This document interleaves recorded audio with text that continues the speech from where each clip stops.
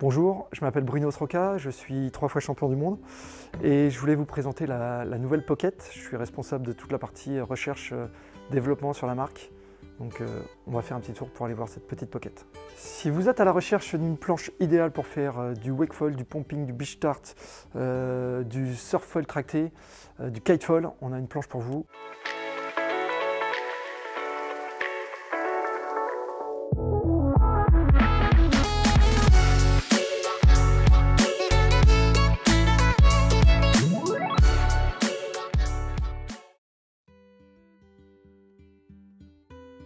Aujourd'hui, je voudrais vous présenter cette Pocket.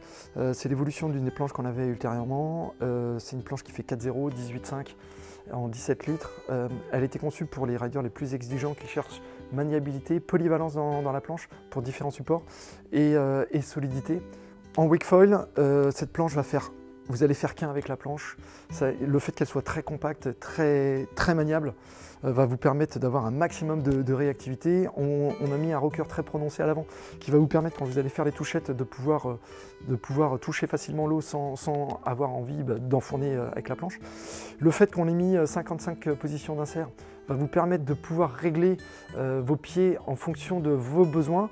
Par exemple, moi personnellement, je décale mes pieds sous le vent sur le pied arrière et mon pied avant, il est légèrement décentré, ce qui me permet d'avoir plus de maniabilité et donc de carver un peu plus. En pumping, le fait qu'on soit sur une planche très courte, très légère, on est à moins de 3 kg sur une planche en full sandwich, ça va vous permettre d'être très efficace en pumping et de perdre le minimum d'énergie dans votre phase de départ en particulier.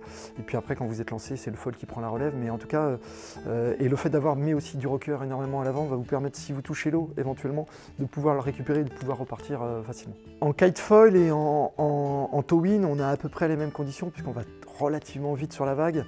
On a une planche, encore une fois, qui est compacte, mais surtout avec un gros rocker à l'avant prononcé.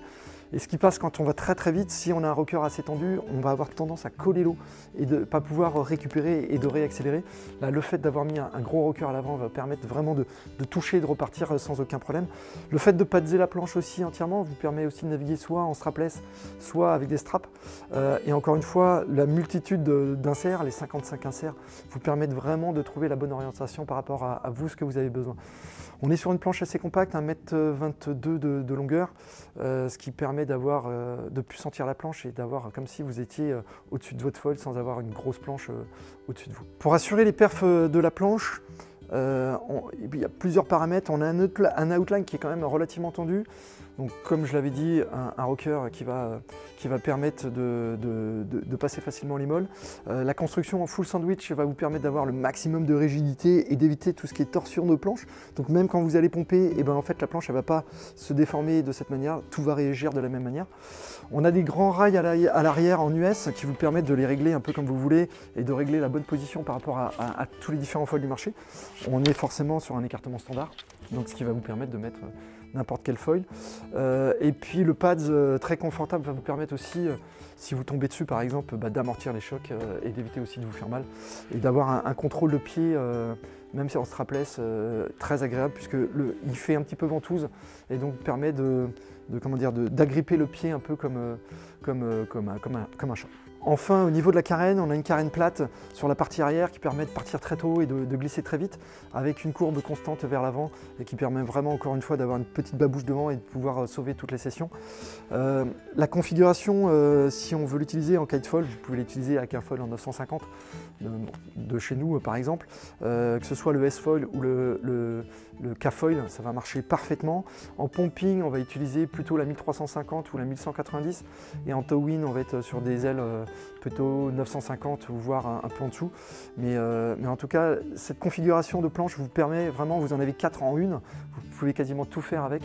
Et c'est là, je trouve, la particularité de cette planche, c'est qu'on peut vraiment jouer et d'avoir un seul jouet pour faire plein de supports complètement différents. Si vous avez des questions sur la gamme Sroka ou sur cette planche-là, n'hésitez pas à nous faire des petits messages ou à nous envoyer un message en dessous. On prendra un plaisir à vous répondre ou n'hésitez pas aussi de vous abonner à la chaîne. Et enfin, si vous avez d'autres questions, on est joignable par email ou par chat ou par téléphone, comme vous souhaitez. Et vous pouvez retrouver cette planche auprès des revendeurs ou chez nous directement. À très bientôt sur l'eau.